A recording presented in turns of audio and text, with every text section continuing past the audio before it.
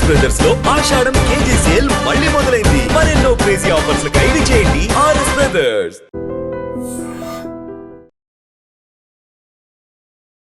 Big breaking ఇది. Actually దుర్గం చెరువులో ఒక యువకుడు ఆత్మహత్య చేసుకోవడానికి ప్రయత్నం చేసిండు. అది నిన్న సాయంత్రం 6:30 ప్రాంతాల్లో. వర్షం పడుతోంది హైదరాబాద్లో. గత 2 రోజుల నుంచి కూడా దంచి కొడుతోంది వర్షం. అందులో భాగంగానే జిహెచ్ఎంసీ కావచ్చు, హైడ్రా కావచ్చు, వీళ్ళందరూ కూడా ఎక్కడెక్కడైతే వాటర్ లాగింగ్ పాయింట్స్ ఉన్నాయో వాటన్నిటినీ కూడా క్లియర్ చేయడంలో వీళ్ళు ఆల్మోస్ట్ 24/7 రోడ్ల మీదనే ఉంటూ వాటర్ని ఎప్పటికప్పుడు క్లియర్ చేస్తున్నారు. ఎందుకంటే ట్రాఫిక్ జామ్ విపరీతంగా జరుగుతోంది. అండ్ 6:30 ప్రాంతము అనంటే పీక్ అవర్ అది.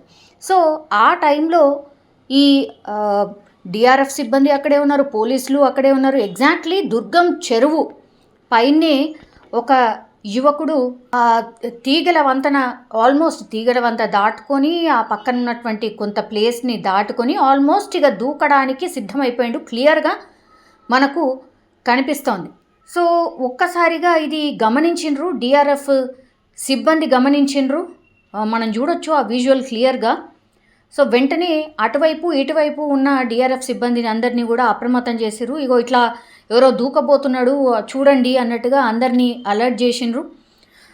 వద్దు దూకద్దుకు, నువ్వు ఏం కావాలి, నీకు ఏమైంది, ఏంటి ప్రాబ్లం అని అడిగే ప్రయత్నం చేస్తున్నాడు. ఆ యువకుడిని కన్విన్స్ చేసే ప్రయత్నం చేస్తుర్రు. దూకద్దు బాబు, నీకేమైనా ప్రాబ్లం ఉంటే చెప్పు, మేము దాన్ని సాల్వ్ చేస్తాం, ఎంత ప్రాబ్లం అయినా సరే క్లియర్ చేస్తాం అనేటువంటి మాట చెప్పే ప్రయత్నం చేస్తున్నారు. అయినా సరే ఆ యువకుడు వినకపోవడం, ఎంత చెప్పినా కూడా వినని పరిస్థితుల్లో మాటల్లో పెట్టి పూర్తిగా చాకచక్యంగా డిఆర్ఎఫ్కి చెందినటువంటి తిరుపతి అనే వ్యక్తి ఆయనను గట్టిగా వెనక నుంచి వచ్చి పట్టుకోవడంతో దీంతో ఊపిరైతే పీల్చుకున్నారు. యాక్చువల్లీ ఈ పర్సన్ ఎవరైతే దుర్గం చెరువు నుంచి దూకాలని అనుకుంటున్నాడో ఆయన పేరు వచ్చేసి రామిరెడ్డి.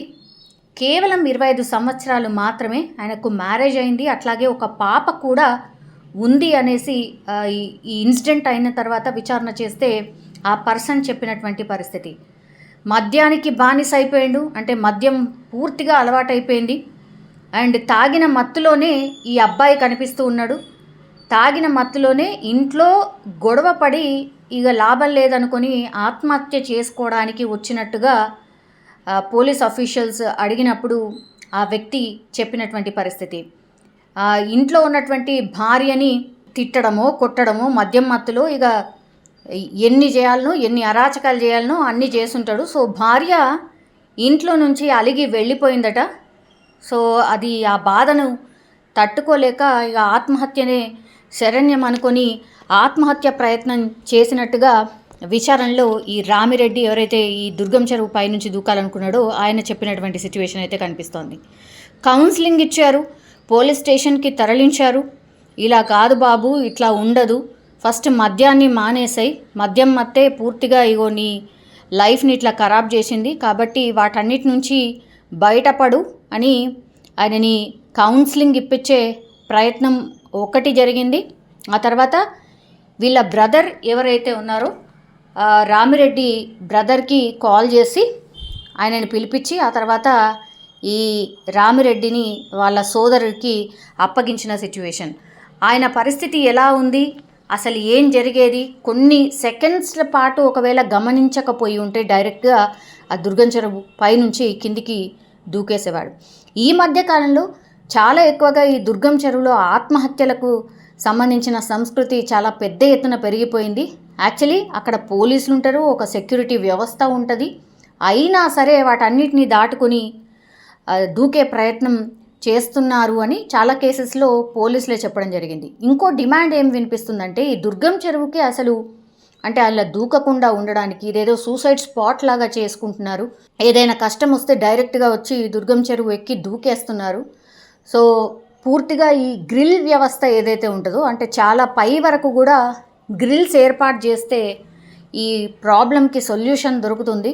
చాలామంది అయితే దుర్గం చెరువు నుంచి పాస్ కావడానికి అక్కడి నుంచి ఇటు వెళ్ళడానికి చాలా ఇష్టపడుతూ ఉంటారు. అండ్ దట్టు చాలామంది పిక్స్ దిగుతూ ఉంటారు. బికాజ్ చాలా అందంగా ఉండే ప్రదేశం అని చాలామంది భావిస్తూ ఉంటారు. కాబట్టి చాలామంది అయితే దుర్గం చెరువు దగ్గర హ్యాపీగా అంటే పిక్ దిగడానికి ఇష్టపడుతూ ఉంటారు. కానీ ఈ మధ్య కాలంలో ఇట్లా సూసైడ్కి సంబంధించిన కేసెస్ పెద్ద ఎత్తున పెరిగిపోతున్నాయి. కాబట్టి ఒక డిమాండ్ అయితే వినిపిస్తోంది, అక్కడ అసలు దూకకుండా ఒక పటిష్ట వ్యవస్థని ఏర్పాటు చేయాలి.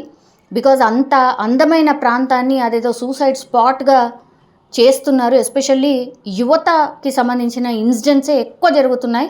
చాలామంది టీనేజర్స్ ఇగో చిన్న చిన్న వాటికే దూకేసి ఆత్మహత్య ప్రయత్నం చేసుకుంటున్నారు. కాబట్టి అక్కడ ఒక పూర్తి స్థాయి వ్యవస్థ, అంటే దూకకుండా ఉండడానికి ఒక వ్యవస్థను ఏర్పాటు చేయాలి అన్నటువంటి డిమాండ్ అయితే పెద్ద ఎత్తున వినిపిస్తోంది. కానీ హ్యాట్స్ ఆఫ్ హైడ్రాకి సంబంధించిన ఆఫీసర్స్కి హ్యాట్స్ ఆఫ్ నిజంగానే. బికాజ్ ఆయన గమనించకపోయి ఉంటే, ఆయనను కన్విన్స్ చేయకపోయి ఉంటే డెఫినెట్లీ ఈ రామిరెడ్డి అనే వ్యక్తి ఎవరైతే ఉన్నారో ఆయన ఈ దుర్గం చెరువు బ్రిడ్జ్ పైనుంచి కిందికి దూకేసే పరిస్థితి అయితే ఉండేది. నిజంగా ప్రస్తుతం ఉన్నటువంటి సమాజం దేనికి ప్రయారిటీ ఇస్తుంది?